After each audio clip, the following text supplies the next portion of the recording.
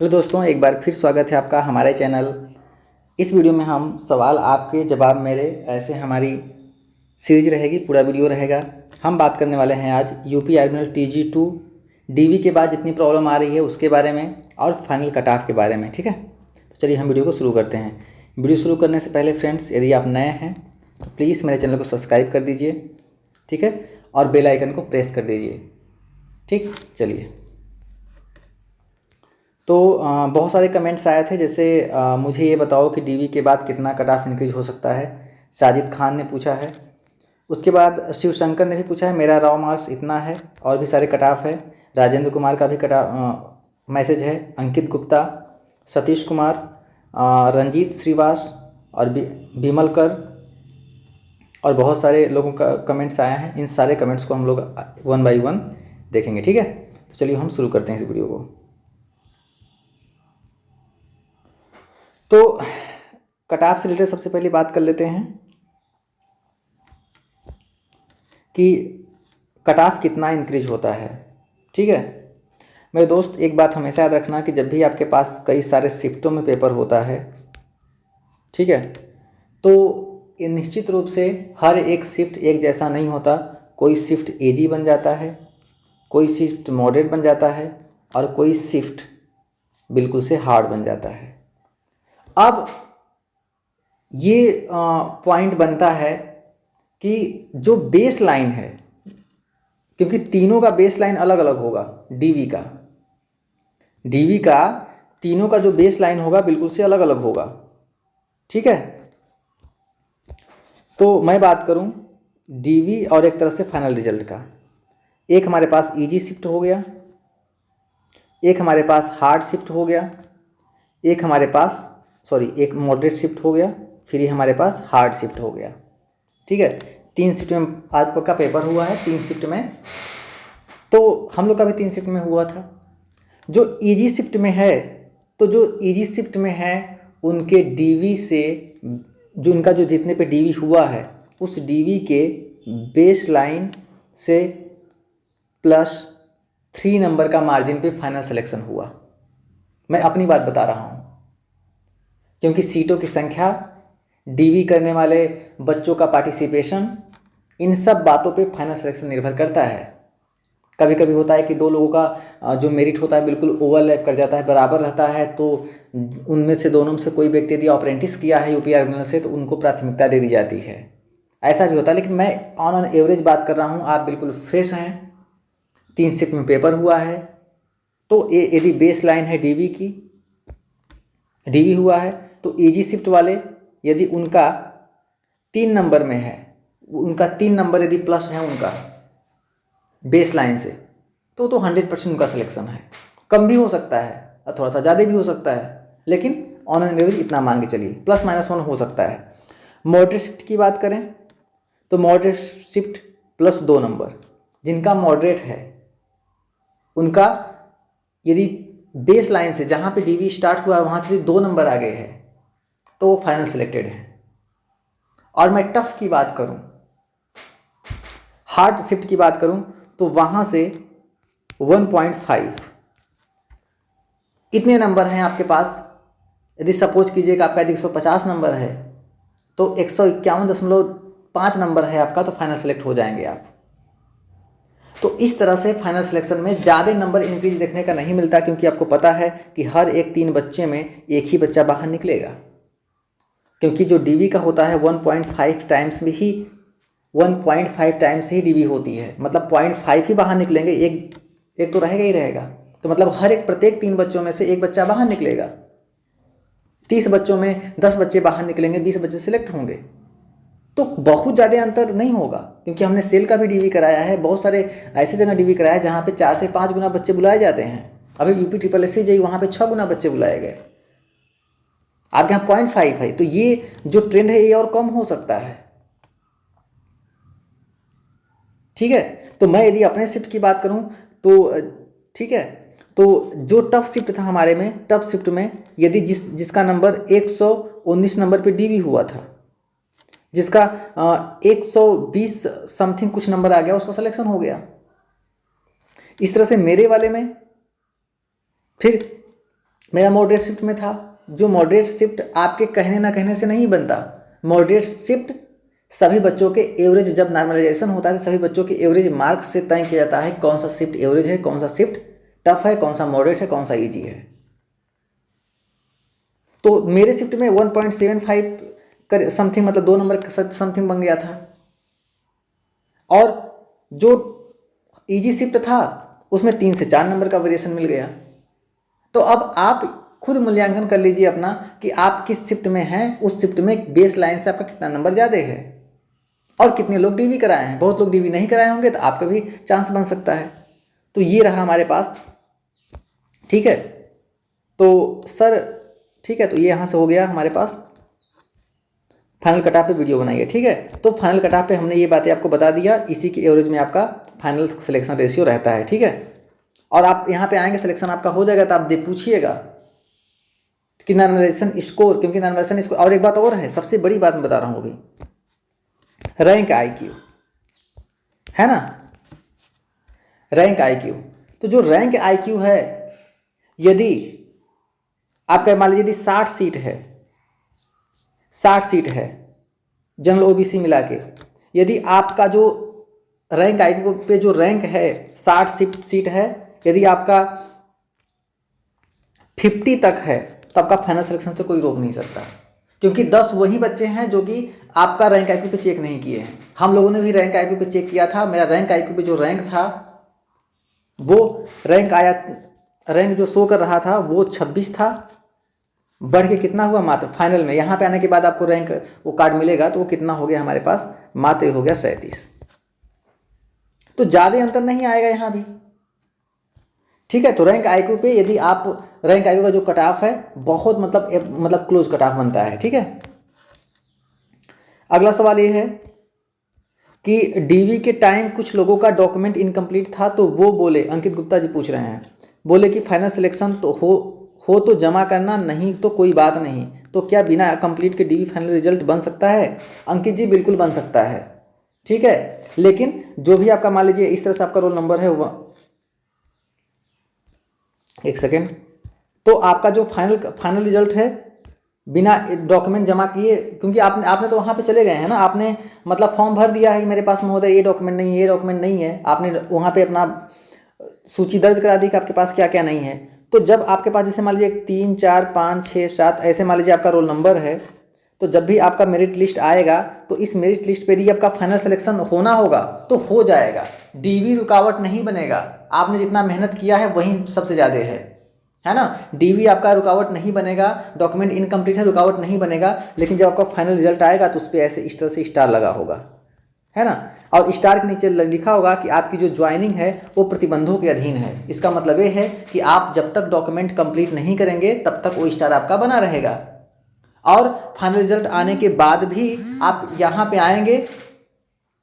आएंगे तो आपको रिपोर्टिंग के टाइम में यहाँ पे बस फाइनल ज़्यादा एक विमल जी हैं वो भी पूछ रहे थे कि सर एक बार और डीवी होता है क्या? तो मेरे दोस्त डीवी नहीं होता, जो डॉक्यूमेंट होते हैं वो बिल्कुल उसका फोटोकॉपी जमा करना होता है ना। और उसमें कोई स्पेलिंग कोई मतलब कि वो मिलाता नहीं है कोई, है ना। सबसे ज़्यादा आसान डीवी यूपी आर्मिनल की ही होती है, ठीक।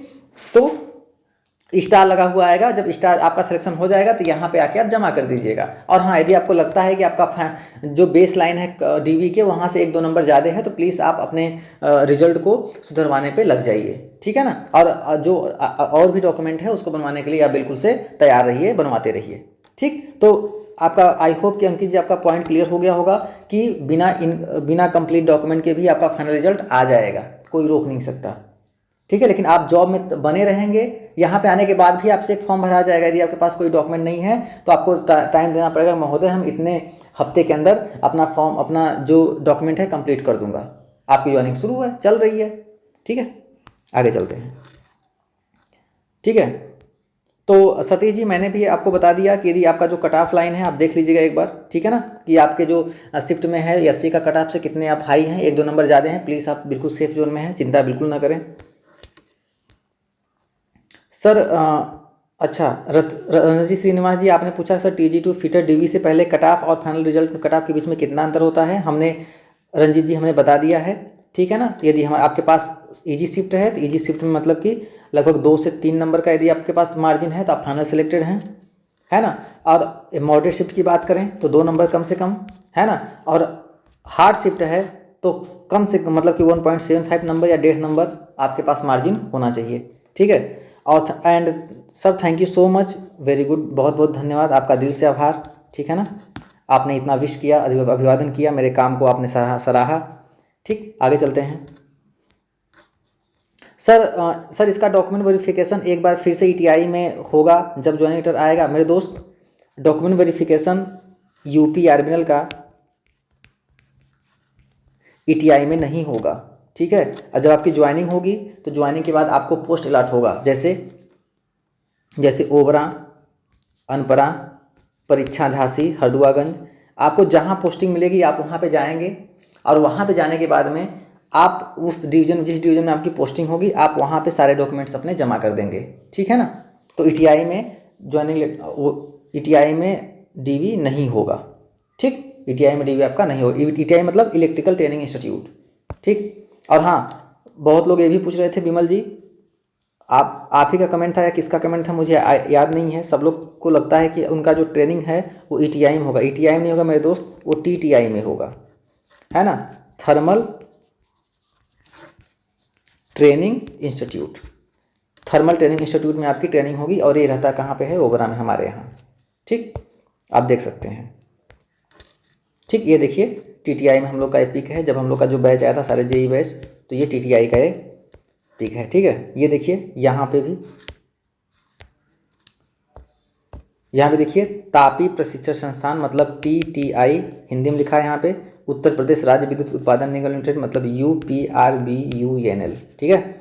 और ये हमारे साथ बलवंत जी, ठीक है। तो ये है आपके पास, आपकी जो ट्रेनिंग होती है वो टीटीआई में होती है, ईटीआई में नहीं होती, ठीक। और देखिए हम लोग का बैच जब यहाँ पे आया था, है ना, तो इतने बैचों का हम लोग का ट्रेनिंग हुआ था एक साथ में, ठीक। तो अगला है हमारे पास कि Sajid Khan, sir final result के बाद यूपी अर्बन TG2 के स्टूडेंट को ईटीआई जाना होता है 1 मंथ के लिए या फिर सीधे प्लांट में। मेरे दोस्त ईटीआई का आपको कभी नहीं जाना होता, आपको आना होता है टीटीआई, है ना, थर्मल ट्रेनिंग इंस्टीट्यूट। ईटीआई में यूपीपीसीएल वालों का ट्रेनिंग होती है, ठीक है। यूपीपीसीएल का ईटीआई में होता है। आपकी जब ज्वाइनिंग होती है आपको सीधे पहले प्लांट में जाना होता है। प्लांट में आप जाके पोस्टिंग आपकी होती है, वहाँ पे ड्यूटी करते हैं और निर्धारित समय के अंदर आपको फिर टीटीआई बुलाया जाता है। जैसे कि इसमें ट्रेनिंग चल रही है, उसके बाद आपकी वहीं पे ट्रेनिंग होती है टीटीआई में, ठीक। तो स्टार्टिंग में फर्स्ट कि आपकी ज्वाइनिंग लेटर आपके घर पहुँचेगा, आप सारे डॉक्यूमेंट के साथ अपने डिवीज़न में जहाँ आपको परीक्षा मिला होगा, ओबरा मिला होगा, आपके जो नज़दीक गृह जनपद होगा वहीं आपको मिलेगा, वहाँ पे जाएंगे जॉब में, ठीक है। जॉब करेंगे, उसके बाद आपको बुलाया जाएगा, एक लिस्ट जारी होगा और लिस्ट के जारी होने के बाद में आपको टीटीआई में ट्रेनिंग करने के लिए बुलाया जाएगा। यहाँ पे आपको रहना, खाना पीना सब कुछ फ्री ऑफ कॉस्ट मिलेगा, अच्छा रहेगा, ठीक है। आई होप आपको साजिद खान जी आपका डाउट क्लियर हुआ होगा। राघव शाह कह रहे हैं कि सर मेरे पास कास्ट सर्टिफिकेट नया नहीं है था तो अंडरटेकिंग का फॉर्म भरा। मेरे दोस्त कोई दिक्कत नहीं है, जब आपकी ज्वाइनिंग हो जाएगी, है ना, जब ज्वाइनिंग के टाइम पे जब यहाँ पे आइएगा ज्वाइनिंग करने, चाहे ओबरा परीक्षा झांसी कहीं भी, तो आप वहाँ पे तब तक एक न्यू कास्ट सर्टिफिकेट बनवा लीजिएगा, ठीक है। बनवा लीजिए, अभी भर दीजिए फॉर्म, ठीक है, आ जाएगा, 1 हफ्ते के मिल जाएगा। तो कोई इशू बात नहीं है। जितने लोगों ने अंडरटेकिंग का फॉर्म भरा है मेरे दोस्त, मेरे भाई, कोई दिक्कत वाली बात नहीं है। आप क्यों इतना परेशान हो रहे हैं? अंडरटेकिंग का फॉर्म भरवाने का मतलब ही होता है कि आप कुछ समय के भीतर आपका फाइनल सिलेक्शन होता है तो आप डॉक्यूमेंट को जमा कर दोगे। आप कौन सा गलत कर रहे हो? आपने फॉर्म भरा है ना, तो चिंता मत करिए। ये देखिए काफ़ी संगीन मामला है रोहित गोंड का, ठीक है। रोहित जी, सर हम जहाँ से 10th और ITI पास हैं वहाँ के स्कूल के रिकॉर्ड में मेरा DOB 4 मंथ डिफरेंट है, उनसे कोई दिक्कत तो नहीं होगी? Please reply. तो रोहित जी, पहली बात तो देखिए, ये आपका हाई स्कूल का मार्कशीट हो गया, ये हो गया आपके पास ITI का, ये ITI हो गया और ये हाई स्कूल हो गया। तो देखिए हाई स्कूल के जो मार्कशीट में डीओबी है और जो यहाँ पे जो डीओबी है, दोनों मेरी 4 महीने का डिफरेंट है मेरे दोस्त। तो आप चेंज करा लीजिए, दिक्कत होगा और है ना, दिक्कत होगा। तो सबसे बेहतर तो यही होगा कि आप हाई स्कूल को चेंज मत कराइए, आप आईटीआई को चेंज करा लीजिए, ठीक है। तो हाई स्कूल के आधार पे आपका अपना आधार कार्ड है ना, आधार कार्ड, पैन कार्ड, जो भी है आप हाई स्कूल के आधार पे आप सारे डॉक्यूमेंट डीओबी हाई स्कूल के आधार पे कर दीजिए और आईटीआई वाले को चेंज करा दीजिए, क्योंकि हाई स्कूल को कराएंगे तो ज़्यादा दिक्कत होगा और आईटीआई पे डॉक्यूमेंट वेरिफिकेशन डीओबी चेंज करवाएंगे तो आसानी से हो जाएगा। एनसीवीटी जाइए आप, वहाँ पे आप एप्लीकेशन लिखिए कि महोदय मेरा ज्वाइनिंग हो रहा है, प्लीज़ जल्दी जल्दी से आप करेक्ट कर दीजिए, है ना, और आपका हो जाएगा काम। तो प्लीज़ हाई स्कूल को छोड़ दीजिए और आईटीआई को आप डेट ऑफ बर्थ सुधरवा लीजिए, ठीक है, और कोई दिक्कत नहीं होगा, चिंता ना करें। अगला है कि फ्यूचर क्या है यूपी आर्मिनल में। यूपी आर्मिनल का प्राइवेटाइजेशन होने वाला था ना भैया अमित जी, प्राइवेटाइजेशन तो ये 1996 से हो रहा है, ठीक है। और आप इतना चिंता क्यों करते हैं? प्राइवेटाइजेशन यदि होगा तो आप प्राइवेट थोड़ा नहीं हो जाओगे यार, आपका गवर्नमेंट दूसरे में शिफ्ट कर देगा। जब वीडियोकॉन बहुत सारी सरकारी कंपनियां जब बंद हुई तो क्या वहाँ के एम्प्लॉय हमारे यहाँ काम कर रहे हैं, विविध भारती के लोग हमारे यहाँ काम कर रहे हैं, ठीक है। तो आपका मुद्दा इस बात पे नहीं होना चाहिए कि प्राइवेटाइजेशन होगा या नहीं होगा, क्योंकि प्राइवेट नहीं होगा, ठीक है, क्योंकि 100% पूरी तरह से प्राइवेट नहीं होगा। तो आपको पता होगा जब भी कोई स्कूल होता है तो स्कूल में प्राइवेट टीचर भी होते हैं, गवर्नमेंट टीचर भी होते हैं। तो इसका मतलब थोड़ा नहीं कि स्कूल प्राइवेट है गवर्नमेंट है, सबका अपना अपना महत्व है। तो आप बिल्कुल पैनिक मत होइए, यहाँ बिल्कुल जी जान से तैयारी कीजिए मेरे दोस्त, आइए समाज का सेवा कीजिए, है ना, देश की सेवा कीजिए, अपने स्किल, अपने ज्ञान, अपने कौशल से देश का विकास कीजिए, ठीक। और प्राइवेटाइजेशन को दिमाग में मत रखिए, प्राइवेट यदि बिजली विभाग पूरी तरह से हो जाएगा तो यहाँ के जितने एम्प्लॉई हैं इनको कहीं और शिफ्ट कर दिया जाएगा। आप चिंता क्यों करते हैं? TG2 और DRDO में बेस्ट कौन है, टेक्नीशियन या फिर ये, तो इसको मैं वीडियो डिटेल बनाऊंगा, ठीक है, चिंता बिल्कुल ना करें। तो आई होप कि अच्छा एक और है, हो गया, ठीक है। तो इस वीडियो में बस इतना ही। आई होप कि आपके कमेंटों का जवाब मैं दे पाया हूँगा। Take care, bye bye, thank you.